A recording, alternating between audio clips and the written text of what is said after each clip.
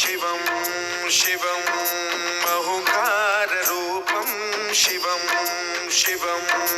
महासूर्यचन्द्राग्निनेत्रं पवित्रं महागाढतिमिरान्तकं सौरगात्रं महाकान्तिबीजं महादिव्यतेजं भवानी समेतं भजे मञ्जुनाथं। नमः शङ्कराय च मयस्कराय च नमः शिवाय च शिवतराय च भवहराय च महाप्राणदीपं शिवं शिवं भजे मञ्जुनाथं शिवं शिवं अद्वैतभास्करम् अर्धनारीश्वरं त्रिदशहृदयङ्गमं चतुर्दधिसङ्गमं पञ्चभूतात्मकं षट्शत्रुनाशकं सप्तस्वरेश्वरं अष्टसिद्धीश्वरं नवरसमनोहरं दशदिशासु विमलम् एकादशोज्ज्वलं मेघनाथेश्वरं प्रस्तुतिवशङ्करं प्रणतजनकिङ्करं दुर्जनभयङ्करं सज्जनशुभङ्करं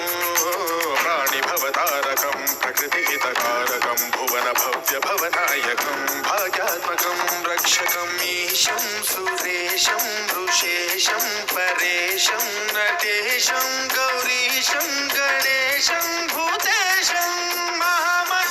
महामधुरपञ्चाक्षरी मन्त्रमार्चं महाहर्षवर्षप्रवर्षं सुशीर्षं नमो हराय च स्मरहराय च पुरहराय च रुद्राय च भद्राय च इन्द्राय च नित्याय च निर्निद्राय च महाप्राणदीपं शिवं शिवं भजे मञ्जुनाथं शिवं शिवं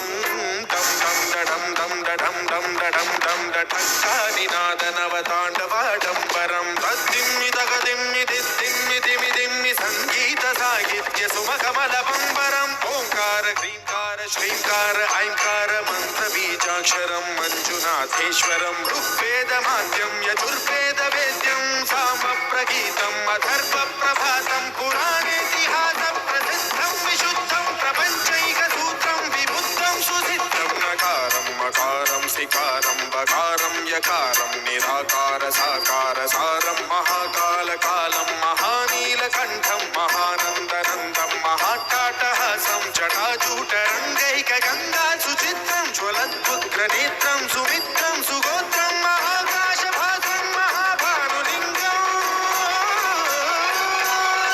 महाभद्रुवर्णं सुवर्णं प्रवर्णं